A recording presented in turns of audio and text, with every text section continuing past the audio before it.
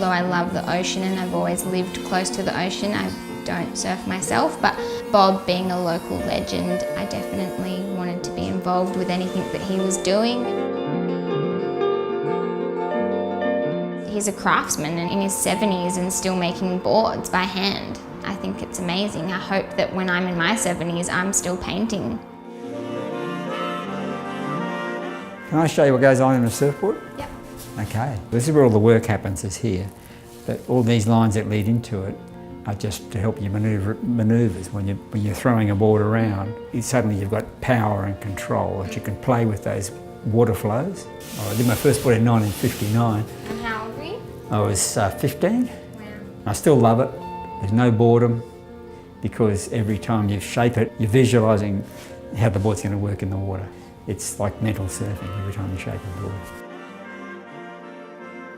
Usually when I approach a work, it generally starts with an idea of something that I've read or seen, or a colour or a specific colour palette. Colour is a really important thing for me in my practice. I feel like colours have such an amazing power to evoke a feeling or a time or a place. I love the process. My work is 100% about process and not the finished product. It's the part I enjoy the most. I kind of just start with the paint and the brush and the canvas and not really know exactly how it's going to turn out. I've never painted on a board before, so it's something that I definitely have always wanted to do. So with your boards, the two we made are identical, and they're both guns, which is the most elegant shape. You said that I needed to make a board that suited my personality. Well, it's elegance. Does that suit you? Maybe. Outrageous? These boards are slightly outrageous. Yeah, I think maybe that's more. Right. What we're trying to achieve here is a rail that it's got enough volume to carry and get you into the wave easy.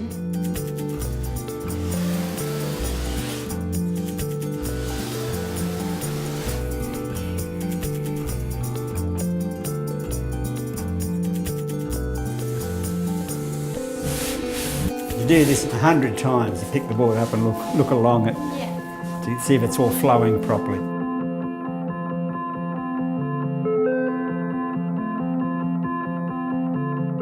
What we're doing now is just getting little textural, Finer details. yeah, almost to a polished state.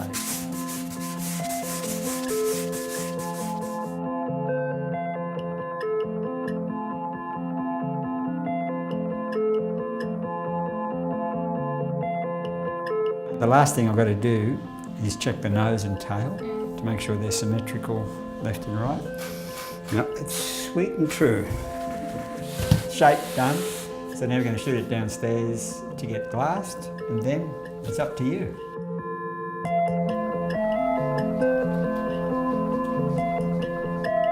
I wanted the colours of this board to complement the shape of it and what it was made to do.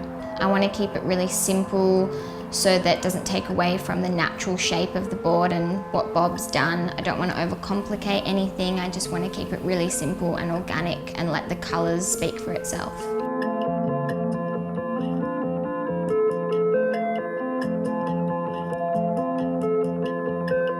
I generally make works from this tiny little box on my property in Broken Head. It's important for me to have a studio that's at home. It allows me to work whenever I want, whenever's convenient for me or my daughter.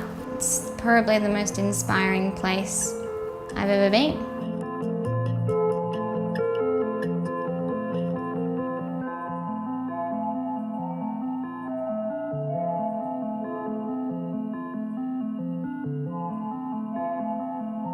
So I just love the match and the high contrast, and of course the feminine form is always total winner. Yeah, elegance, because you told me that the shape of the board was elegant. It's so excellent. I went for an elegant female form. Elegance works. Yeah, it does. Beautiful.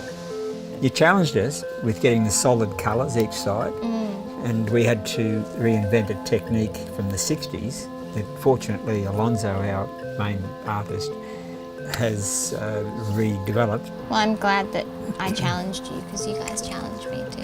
It's acrylic paint.